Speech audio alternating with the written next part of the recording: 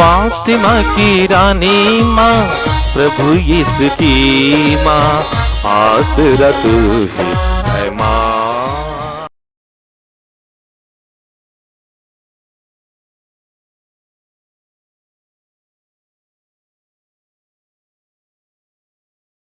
पहला पाठ प्रेरित चरित्र, अध्याय 16, पद संख्याएं 1 से 10 तक। पौलुस देरेबे और लिस्त्रा पहुंचा। वहां तीमथी नामक एक के शिष्य था, जो ईसाई यहूदी माता तथा यूनानी पिता का पुत्र था। लिस्त्रा और इकोनिया के भाइयों में उसका अच्छा नाम था। पौलुस चाहता था कि वह यात्रा में उसका साथी बने। उस प्रदेश में रहने वाले यहूदियों के कारण उसने तीमथी का खतना कराया, क्योंकि सब जानते थे कि उसका पिता यूनानी है। वे नगर नगर जाकर यरूशलेम में प्रेरितों तथा पुरोहितों द्वारा किए हुए निर्णय सुनाते तथा उनके पालन का आदेश देते थे। इस प्रकार कलीसियाओं का विश्वास दृढ़ होता जा रहा था और उनकी संख्या दिन दिन बढ़ रही थी। जब पवित्र आत्मा ने उन्हें एशिया में वचन का प्रचार करने से मना किया, तो उन्होंने फ्रीजिया तथा गलातिया का दौरा किया। मिसिया के सीमांतों पर पहुंचकर वे बिथिनिया जाने की तैयारी कर रहे थे कि यीशु के आत्मा ने उन्हें अनुमति नहीं दी। इसलिए वे मिसिया पार कर तुरवस आए।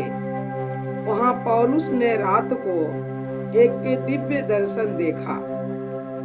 एक मकदेनी उसके सामने खड़ा होकर यह निवेदन कर रहा था, आप समुद्र पार कर मकेदुनिया आइए और हमारी सहायता कीजिए। इस दर्शन के बाद हम यह समझकर तुरंत मकेदुनिया जाने का अवसर ढूंढने लगे कि ईश्वर ने वहां सुसमाचार प्रचार करने के लिए हमें बुलाया है। प्रभु की वाणी। ईश्वर को धन्यवाद। भजन अनुवाक्य। हे समस्त पृथ्वी प्रभु की स्तुति करो। हे समस्त पृथ्वी प्रभु की स्तुति करो। हे समस्त पृथ्वी प्रभु की स्तुति करो। आनंद के साथ प्रभु की सेवा करो। उल्लास के गीत गाते हुए उसके सामने उपस्थित हो जाओ। अनुवाक्य। हे समस्त पृथ्वी प्रभु की स्तुति करो। हे समस्त पृथ्वी प्रभु की स्तुति करो। ओह, यह जान लो कि वही ईश्वर है। उसी ने हमको बनाया है, हम उसी के हैं। हम उसकी प्रजा, उसके चारागाह की भेड़ें हैं। अनुवाक्य। हे समस्त पृथ्वी प्रभु की स्तुति करो। हे समस्त पृथ्वी प्रभु की स्तुति करो। ओह, ईश्वर कितना भला है। उसका प्रेम चिरस्थायी है। उसकी सत्य प्रतिज्ञता युगानुयुग बनी रहती है। अनुवाक्य। हे समस्त पृथ्वी प्रभु की स्तुति करो। हे समस्त पृथ्वी प्रभु की स्तुति करो। जय घोष। हालेलुया।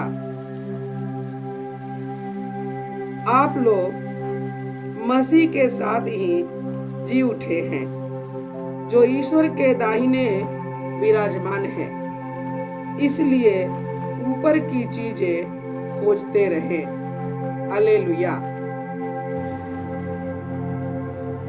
प्रभु आप लोगों के साथ हो आपकी आत्मा के साथ। संत योहन के अनुसार प्रभु यीशु ख्रिस्त का पवित्र सुसमाचार। हे प्रभु तेरी महिमा हो।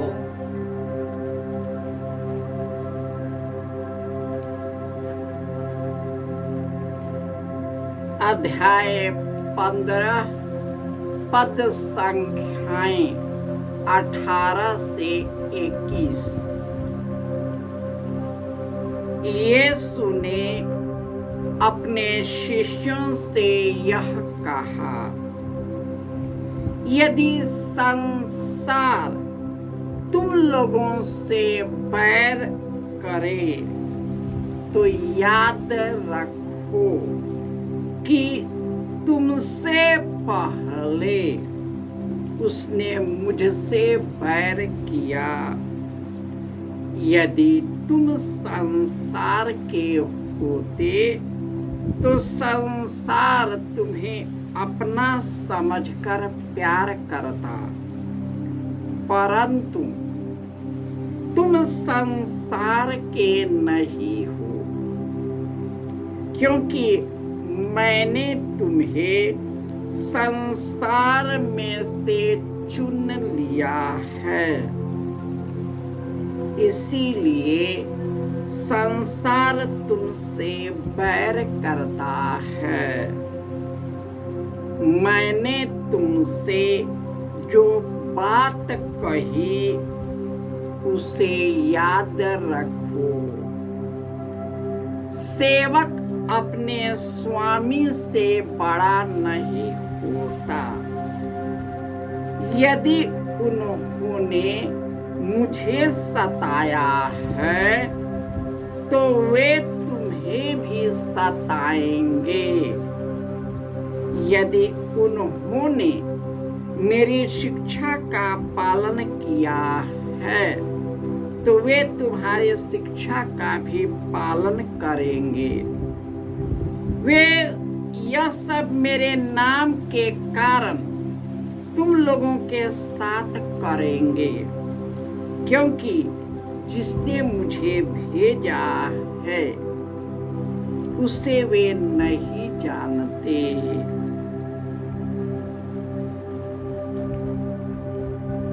यह प्रभु का सुसमाचार है। हे क्रिस्त तेरी स्तुति हो।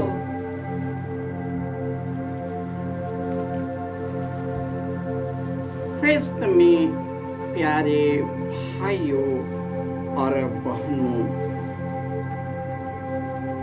ईश्वर का प्रेम चिरस्थायी है। उसकी सत्य प्रतिज्ञता युगान युग तक बनी रहती है, क्योंकि वह ईश्वर है और उसी ने हमें बनाया है और इस पृथ्वी पर बरसाया है।